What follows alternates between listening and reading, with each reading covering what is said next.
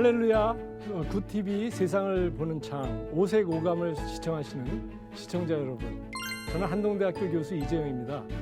오늘 좋으신 하나님께서 제 강의를 시청하시는 모든 분들께 큰 은혜를 주시기를 기도합니다. 오늘은 겨울의 영감, 겨울에 대해서 생각하겠습니다. 눈 덮인 산골 마을을 한번 상상하는 일은 굉장히 즐겁죠. 여러분들 어린 시절에 그런 눈 덮인 산골 마을에서 하룻밤 묵었던 기억들이 다 나실 겁니다. 그 마을의 초가집에는 어김없이 화로에 밤 굽는 냄새가 있고 호롱불 밑에서 사람들이 두런두런 이런저런 이야기를 했죠. 정겨운 이야기가 넘치기 때문입니다. 밖은 너무나 추워도 눈이 덮였어도 화로 주변에 따뜻한 대화는 따뜻하기만 합니다. 춥기 때문에 더욱 밀착하는 공간에서 우리는 그 대화 속에 더욱 큰 공감을 찾게 됩니다. 우리는 그래서 겨울의 공간을 아주 작디작고 개팍스럽고 징그럽기보다는 귀여운 아주 외계의 로봇같이 생긴 녀석 하나를 소개하면서 여러분들하고 공감이라는 주제로 겨울을 한번 생각해 보고자 합니다. 물론 이 녀석은 세상만사 모든 일에 공감을 원하기보다는 그저 미물이기 때문에 짝을 찾기 위해서 최선을 다할 뿐이지만, 돌아보면 저희들도 이성을 찾았던 시절이 있었기 때문에 밤을 새우면서 편지를 쓰던 그런 시절을 생각해 본다 그러면 우리가 모두 공감할 수 있는 이야기가 될 것 같습니다. 21세기 이제 리더십에 대해서 많은 사람들이 이야기하는데요. 21세기 리더십에 가장 필요한 것은 공감과 소통이다. 꼰대라는 단어, 그다음에 뭐 라떼는 말이야, 뭐 이런 이야기들이 다 뭐냐면 젊은이들 사이에서 어른 세대하고 공감과 소통이 잘 안 일어나는, 그래서 우리 사장님은 왜 저러시나, 우리 부장님은 왜 저러시나, 이러한 그 시대가 됐잖아요.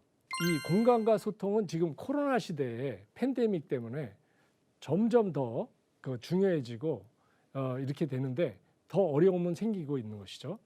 마주보고 하는 스킨십하고 또 아이 컨택을 하면서 하던 그 대화는 이제 옛말이 되고, 대부분 마스크로 가려진 얼굴에 눈의 세밀한 변화만이 감지되기 때문에요. 정말 웃고 있는 건지 화가 난 건지 잘 알 수 없는 이런 일들도 있죠, 요즘은. 그래서 요즘 리더들에게 가장 어려운 부분은 역시 소통과 공감이 아닐 수 없습니다. 요즘은 옛날 권위주의 시대랑 달라서 그저 명령으로 일이 척척 진행되는 때는 없어요. 제가 얼마 전에 그 포스코 역사관에 갔는데요. 거기 갔더니 이제 박태준 회장이라는 분이 완전히 그 포스코를 갖다 이제 모래사장에다 짓는데 막 이 우양우 정신이라고 그래가지고 이걸 못하면은 다 우양후 해가지고 영일만으로 뛰어들어 죽자, 뭐 이런 얘기를 했다는 거예요. 그게 지금도 통할까는 지금 상당히 의문스럽습니다. 거기에서 보면 포스코의 그 오늘날의 그 세계를 리드하는 그 기업의 살아있는 그 정신을 볼 수는 있지만, 오늘날에도 그 소통이 통할 것인가, 이런 생각을 해보면서 소통하고 대화하는 것으로 사람들의 마음을 휘어잡고 공감을 얻어내는 일이 진행될 때 그 모든 일도 잘 되고 일한 사람 모두가 보람을 느끼게 된다는 점에서 소통과 공감, 이거는 굉장히 중요한 일이라고 생각합니다. 문제는 말하는 재주가 사람마다 다르잖아요.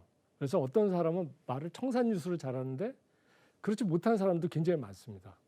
저도 지금 이렇게 강연을 하니까 여러분들 제가 뭐 말을 엄청 잘하는 사람으로 생각할 수 있는데요.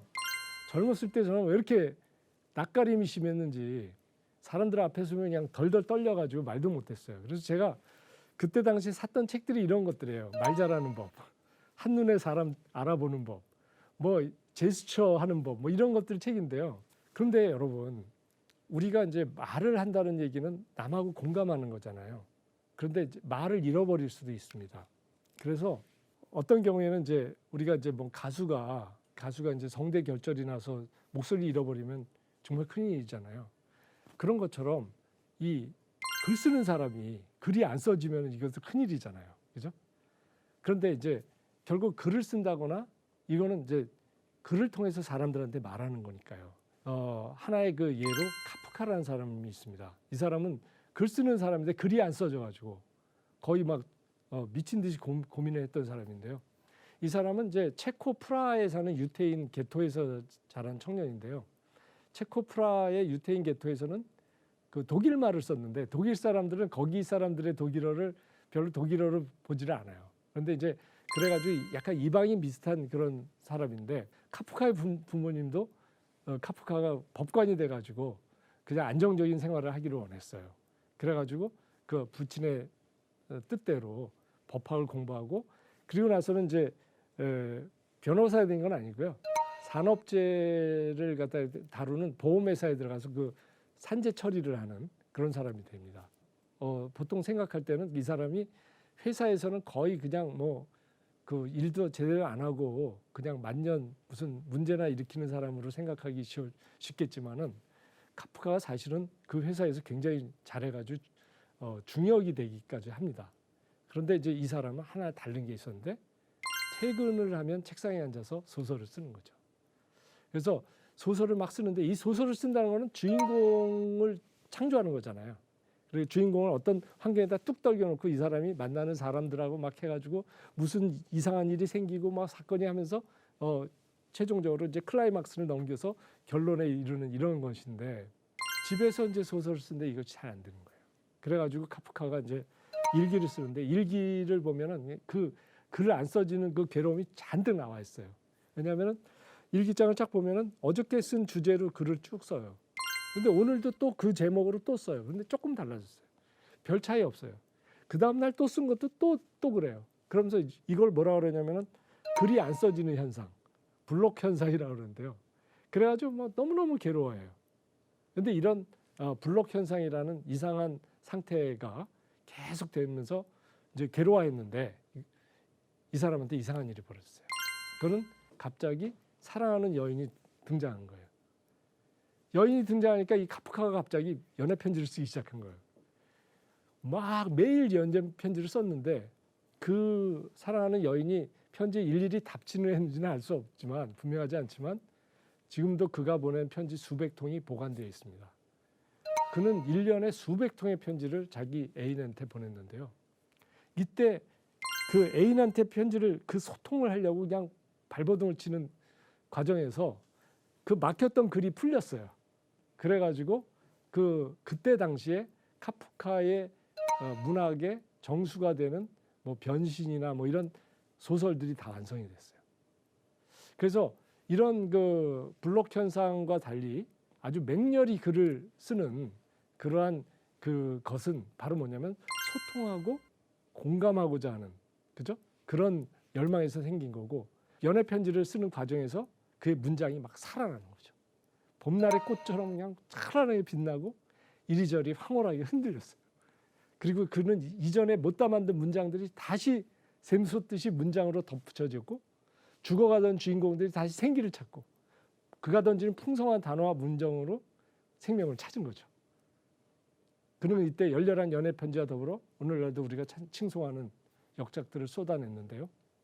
우리도 연애를 좀 해야 되나? 사랑하는 대상이 있으니까 말문이 터졌나 보네. 뭐 이렇게 이제 생각을 하잖아요. 분명히 이 세상에 글을 잘 쓰는 건 두 종류예요. 하나는 사랑하는 대상이 생겼을 때 갑자기 수다쟁이가 되는 것이고요. 또 하나는 화가 났을 때. 그래서 요즘 보면은 정치 때문에 막 복잡한 사람들 많은데 그 사람들이 글을 많이 써요. 뭐 그 SNS에다 그냥 쉴 새 없이 글을 쓰죠. 화가 나서 쓰는 거거든요. 그런 사람들이 글을 많이 쓰게 돼 있는데요. 이런 화가 났든 사랑의 대상이 생겼든 이런 것으로 우리가 이제 소통을 하고자 하는 거죠. 내 화를 풀기 위해서 소통을 하고자 하는 것처럼 그렇게 되는데 아까 제가 맨 처음에 말씀드렸던 그 미물, 깡충거미라는 조그만 미물이 있는데요. 그 목숨을 건 깡충거미의 사랑에 대해서 지금 말씀을 좀 드리겠습니다. 개구리가 아까 전에 말씀드릴 때 물개구리하고 나무개구리가 있다고 말씀드렸잖아요. 그래서 청개구리는 몇 안 되는 나무개구리라고 얘기했잖아요. 거미도 이렇게 거미줄을 이렇게 치고 이렇게 딱 붙어 있는 그런 거미도 있잖아요. 거미줄 거미. 그런데 거미 중에는 거미줄을 안 치고 땅바닥을 쌀쌀 기어다니는 놈들이 있어요. 그리고 땅바닥을 기어다니다가 깡충 뛰어 올라가지고 먹이를 잡는 깡충거미. 그런 거미가 있는데 그거를 깡충거미라고 불러요. 거미줄 거미는 등치가 제법 커요. 그래가지고 이렇게 딱 붙어 있는 거죠. 그런데 깡충거미는 큰 몸으로 뛰려고 그러면 힘이 많이 들잖아요. 그래서 점점 몸이 작아져가지고 몸이 조그맣습니다. 우리 손톱보다도 작습니다. 이렇게 작은 놈이 자기 몸에 한 30배를 뛰어 올라가지고 모기 같은 걸 잡아먹습니다. 그러니까 저 공중에 날아가는 그 곤충을 잡으려니까 눈이 무지 좋아야 되잖아요. 눈이 많이 좋아야 돼가지고 그림에 보시면 사진 보시면 깡충거미 사진 보면은 마치 외계인처럼 그 눈이 동그란데 이렇게 큰 눈이 두 개 왕눈이처럼 있고 옆에도 눈이 몇 개 있어요. 그래가지고 이렇게 아주 재밌게 생겼는데 이 눈이 무지무지 좋은 거예요. 근데 거미줄거미 보면 눈이 되게 작아요. 거의 퇴화되다시피 하고. 왜냐하면 얘네들은 이렇게 다리로 거미줄에 오는 진동을 딱 해가지고 느껴가지고는 이제 탁 잡히면 걸로 쓱 기어가가지고 독립발을 꽂고 즙을 쫙 빨아먹고 또 내려와서 또 쉬고 이렇게 하잖아요. 근데 깡충거미는 부지런히 돌아다닙니다. 그러니까 깡충거미는 동물로 얘기하면 육식동물 같은 거고요. 이 저기 거미줄거미는 사실 초식동물처럼 쉬면서 걸려든 걸 먹는 거죠. 근데 깡충거미도 이 소통이 엄청 필요한데요. 청개구리처럼 비가 올 때 암컷을 유혹하기 위해서 울거나 이러진 않지만 자기도 새끼를 낳으려면 암거미를 쫓아가야 돼요. 근데 문제가 있습니다. 깡충거미의 암거미가 보통 사나운 게 아니에요. 그래가지고 그 수거미가 다가오면은 얘랑 좀 재미나게 우리가 연애를 해야지 이런 생각을 안 하고 맛있는 먹이가 왔네 이러면서 깡충거미 수거미를 훅 이렇게 먹어버려요. 그러면 수거미 찍소리도 못하고 죽어요. 그러니까 여자친구를 만나려고 그러는데 목숨을 걸어야 되는 거예요. 이 세상에 이렇게 위험한 일이 없죠. 그래서 이제 이 배고픈 암거미의 마음에 들기 위해서 사랑 고백을 해야 돼요. 그러니까 이걸 여기에서 한 방 이 소통이 안 통하면 바로 죽는 거예요.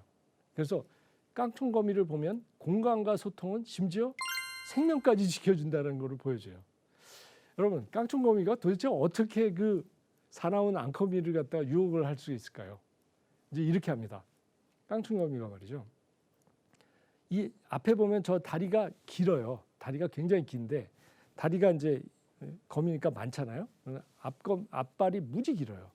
그래가지고 이제 암거미가 이렇게 앞에 있으면은 이제 암거미한테 잡히면 안 되니까 일정한 거리를 두고 여기서부터 이제 앞발을 들고 춤을 춰요. 춤을 춰요. 저처럼은 안 춰요. 근데 춤을 추는데 막 이렇게 착착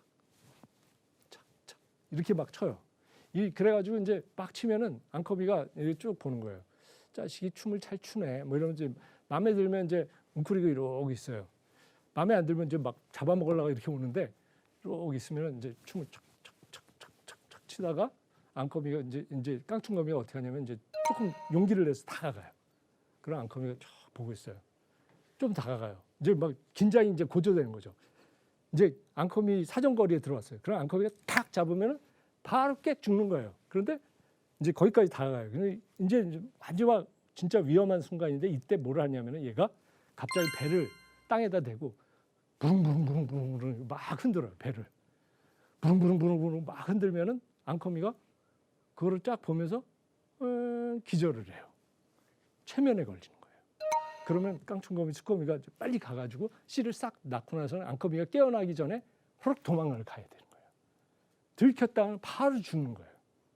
그래가지고 이 깡충거미가 말이죠. 씨를 뿌리기 위해서 목숨을 거는데 두 가지 짓을 해요. 하나는 마음에 들기 위해서 춤을 춰요. 춤을 막 추고 그 다음에는 최면을 걸어요. 부릉부릉부릉 최면을 걸어요. 정말 대단한 놈 아닙니까?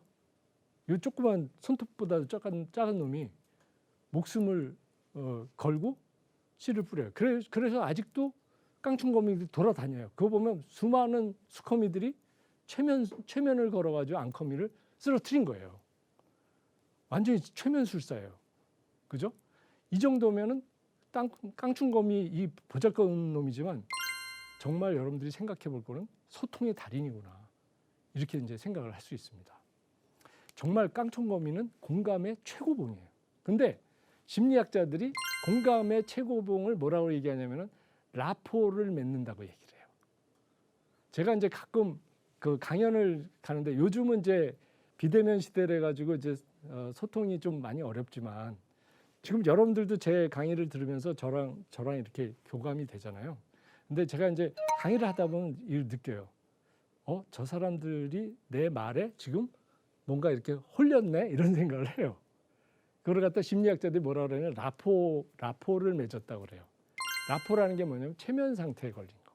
서로 간에 깡총거미가 아까 암놈한테 체면을 건 것처럼 강연을 하는 사람, 말하는 사람과 듣는 사람의 라포가 맺어지면 그 사람의 작은 표정 하나, 손짓 하나에도 그 공감이 돼요. 부모와 자식 간에 뭐 눈치만 봐도 서로 말 안 해도 통한다. 이게 라포가 맺어진 거예요. 아, 우리 아들하고 나하고는 뭐 눈길만 줘도 걔가 다 알아. 이거는 다 뭐냐면 라포가 맺어진 거예요. 그 훌륭한 목사님들도 보면은 성도들이 그냥 목사님이 하는 표정 하나, 말투 하나에도 그냥 아멘, 아멘 하면서 반응을 할 때가 있어요. 그게 바로 뭐냐면 라포가 맺어진 거거든요. 그런데 이것이 변질돼서 잘못 쓰일 수도 있어요. 그게 뭐냐면은 바로 이겁니다. 프로파간다. 그죠? 그래가지고 선동하는 거죠. 선동.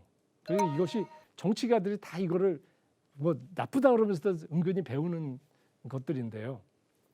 여러분들 다 알다시피 원래 화가가 꿈이었던 소박한 젊은이 하나가 있었는데 그 화가로서는 별로 잘 성공을 못했는데 이 젊은이가 어느 젊은이들 모임에 가가지고 연설을 한번 하게 된 거예요. 연설을 했는데 자기도 몰랐던 자기의 재능이 있었어요. 사람들이 막 그 토론 중간에 갑자기 이 젊은이가 일어나서 탁 연설을 했는데 갑자기 조용해지면서 이 젊은이의 연설에 그냥 매료가 돼버린 거예요. 이 사람이 바로 여러분들 다 아시는 히틀러잖아요. 그래서 히틀러는 여러분들이 이제 그 히틀러의 그 영상을 보면 막 무지 열정적이에요. 그리고 막 이렇게 하죠. 이 사람 소통은 굉장히 영향력은 컸지만 점점점 그의 소통은 병들어가는 것이죠.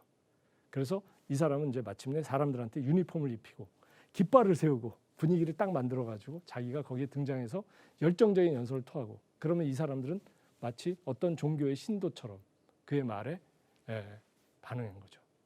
이 사람이 했던 것 중에 하나가 뭐냐면 말을 변화시켜서 유통시킨 거예요.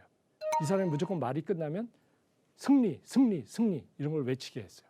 그래서 오늘날도 이게 나치들의 구호였는데 오늘날도 이제 독일 축구장 여기서 그런 승리, 승리 외치는 거 하면은 사람들 노인들 중에는 굉장히 혐오감을 느끼는 사람들도 있을 정도입니다. 이 사람들은 말을 갖다 변화시켰어요. 유태인 학살 그러면은 굉장히 끔찍한 말이잖아요. 그런데 이거를 최종 결정이라고 변화시켰어요. 최종 결정이라 그러면 하기는 싫지만 어쩔 수 없이 하는 일로 이제 만드는 거죠. 그 잔인함을 둔감하게 만드는 것이고요. 유태인 학살이라는 단어를 쓴 사람은 바로 뭐냐면은 자기 조직에 없는 외부인이라는 게 드러나는 거죠. 나치를 위해서 죽은 사람을 순교자라고 부르고 그 종교적 거룩함으로 충성을 요구했어요. 그래서 언어를 조작하고 군중을 갖다 흔들어내는데 이 사람들이 엄청 달인이었죠. 오늘날도 히틀러의 이 프로파간다를 연구하는 사람들이 굉장히 의외로 많습니다. 그래서 프로파간다는 진정한 소통, 공감의 소통이 아니라 상대방을 제압하고 언어를 조작하고 분위기로 밀어붙이고 흥분 상태에서 사람을 끌어가는 그러한 일들이 되는 거죠. 그 끝이 뭡니까? 나치의 비극이 된 것이죠. 이렇게 대중은 프로파간다에 흥분하고 움직입니다. 그래서 대중선동은 종종 큰 비극을 낳죠. 우리는 많은 사람들이 한 목소리를 낼 때 정말 조심해야 돼요. 공중의 권세를 누가 잡을까요? 바로 이 프로파간다를 잡고 공중의 권세가 움직이는 것이죠. 그 반면에 그 조용한 리더십, 그죠? 공감과 소통의 근거를 둔 리더십들이 있는데요. 요즘 빌 게이츠나 아마존 베조스나 알리바바 마인이나 뭐 굵직한 CEO들 이런 CEO들이 휴가철이 되면 책을 몇 권씩 들고 와서 책을 읽는 이야기가 심심치 않게 뉴스를 탑니다. 어떤 책을 읽었다. 그러면 그 책이 베스트셀러가 되기도 하죠. 그런데 이 사람들은 그냥 과시용으로 내가 돈이 많아서 휴가 때 책도 읽어 이런 자기 이미지 관리용으로 하는 것이 아니라 실제로 이 사람들이 평상시에 독서광이었습니다. 책 읽는 CEO, 과연 어떤 사람일까요? 이들은 우선 책을 읽으면서 뭔가 배우는 거죠. 사실은 CEO라는 사람은 남한테 명령하고 가르치는 사람이지 않습니까? 근데 이 사람이 책을 읽는다는 얘기는 나도 배울 거 배워야 된다. 그죠? 자기의 부족함을 인정하는 사람, 그 다음에 뭔가 채우려고 하는 사람이 아니겠습니까? 책을 읽는다는 건 작가의 이야기를 경청하고 혼자의 생각을 꺼내는 작가와 자기의 소통의 행위죠. 작가의 얼굴조차 모르지만 그 글 속에 음성이 어떤 얼굴을 떠오르게 하죠.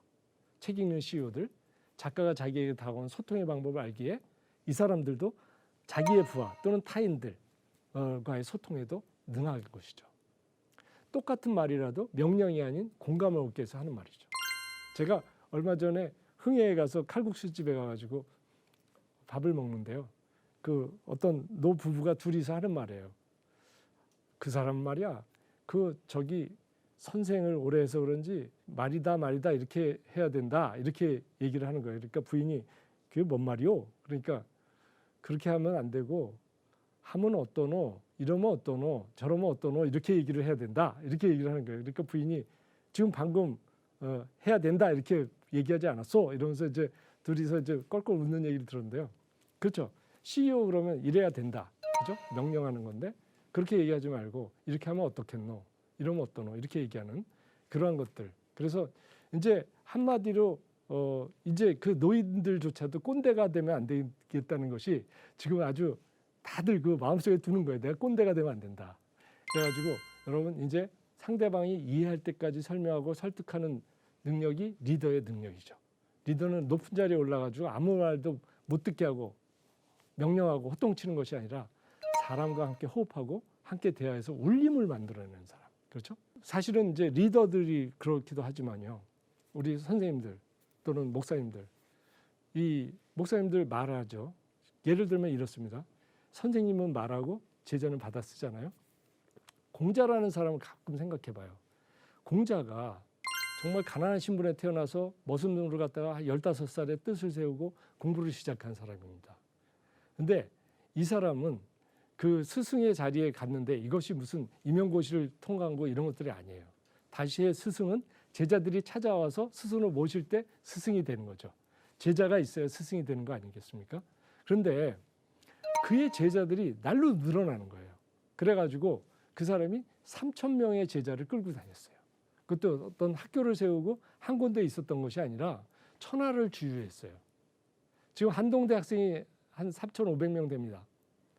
그 총장님이 이 학생들을 데리고 만약에 돌아다닌다고 생각을 하면 대단한 거죠. 공자가 자기가 했던 말, 그죠? 그거하고 행동이 정확하게 일치했기 때문에 그 학생들이 3,000명이나 계속 따라다녔다고 이렇게 천천히 생각을 하는데요. 공자는 죽기 전까지 이제 자기의 생각을 정리해 보려고 했지만은 자기 생각보다는 온고지신이라고 해가지고 옛날 책들을 주로 편집을 했어요. 그래서 5개의 경전을 만들었는데 그 중에서 이제 시경 같은 경우는 수천 편의 시 중에서 한 300개 정도를 갖다 골라가지고 만들어낸 거고 공자가 그런 면에서 보면 편집의 달인이죠. 그런데 공자는 그렇게 얘기하면은 공자가 자기가 쓴 책이 없는 거죠. 편집한 거죠. 근데 공자의 책이 하나 있어요. 그게 뭐냐면은 제자들이 선생님이 했던 말을 갖다 모아서 쓴 거예요. 우리 저희 복음서 보면 예수님이 했던 행동과 말을 쓴 거잖아요. 그죠? 그런 것처럼 그렇게 쓴 책인데 그게 논어입니다. 그래가지고 제자들이 스승이 했던 말을 기억에 의존해서 쓴 거예요. 그래서 그 책을 보면 편집 관점에서 보면은 아주 그냥 형편없어요. 뒤죽박죽입니다. 그렇지만은 그 공자가 했던 말들이 후세의 제자들의 가슴에 남았고 그것이 울림이 돼서 마침내 글로 탄생해서 우리들에게까지 전해온 것이죠. 이것이야말로 그 소통하는 리더의 하나의 모습이 아니겠습니까? 그런 면에서 보면 우리 예수님도 그렇습니다. 예수님께서 3년간 이곳저곳을 다니시면서 무리와 함께 하시고 고치고 사하시고 가르치는 일들을 했잖아요. 예수님의 가르침을 성경을 이렇게 썼을 때 우리는 보통 이렇게 얘기합니다. 성령의 도우심으로 이거를 다 가슴에 했다 이렇게도 얘기하지만 성령님께서 이 일깨우시고 하는 그 과정은 그죠? 줄탁동시 그죠? 이 제자들이 예수님을 모시고 다니면서 예수님이 하신 말씀 그 언행들이 자기 가슴에 울림으로 남아가지고 기억에 남은 거죠. 그것이 글을 쓰다가 떠오르고 성령님께서 일깨워 주셔서 떠오르고 그래가지고 그것들이 쓰여지는 것이죠. 예수님 스스로 일기를 쓰거나 책을 쓰거나 편집하거나 이런 일을 안 했습니다. 그저 제자들하고 대화하고 행동을 했죠. 그것이 기록으로 남겨져서 우리가 지금 읽고 들음으로 깨달고 믿음을 얻는 것이죠. 그래서 예수님의 말씀을 이제 우리가 이제 생각하는데 예수님 되게 신기한 부분이 있어요. 예수님이 어떤 신기한 게 있냐면은 예수님이 항상 비유의 달인이에요. 비유로 다 설명해요. 그 비유의 가장 대표적인 거는 천국입니다. 천국을 다 비유로 말씀하셨잖아요. 그래서 예수님은 그 비유로 말씀하셨는데 제자들이 그 비유를 또 기억하고 그 비유의 의미를 우리에게 던져주는 이런 것들을 생각해 볼 때 우리도 그 신이 선택해서 만들어낸 특별한 사명자로서 얘기를 할 수 있지 않을까 이렇게 생각을 합니다. 저는 오늘 여러분들하고 이제 여러 얘기를 했습니다. 깡총거미가 목숨을 걸면서 그 공감을 하고 최면 라포를 트는 그런 관계, 그 다음에 그것이 잘못됐을 땐 프로파간다로 세상을 어지럽힐 수도 있는 것, 그 다음에 그렇지만 우리의 말, 우리의 행동 이런 것들이 상대방의 마음속에 남아서 울림으로 남아서 수천 년이 지나서도 우리에게 전해지는 예수님의 말씀, 성현들의 말씀들이 되는 것이죠. 어떻게 하면 그 제자들의 마음속에 그렇게 기억하고 다시 쓰고 싶은 그런 울림이 생겼을까요? 그것은 바로 무엇이냐면 우리들 마음속에 하나의 풍금, 검은고가 있는 것이죠. 그 가슴의 풍금, 그거를 우리가 흉금이라고 그러잖아요. 흉금이 언제 울릴까? 그죠? 피아노는 손을 딱 키를 누르면 소리가 나잖아요. 그것처럼 마음의 흉금은 인사이트, 통찰이라는 것이 탁 찍어졌을 때 띵 이렇게 울리게 되는 겁니다. 그래서 우리는 그냥 말이라고 아무 말이나 하는 것이 아니라 정말 인사이트가 넘치는 말, 통찰이 넘치는 말.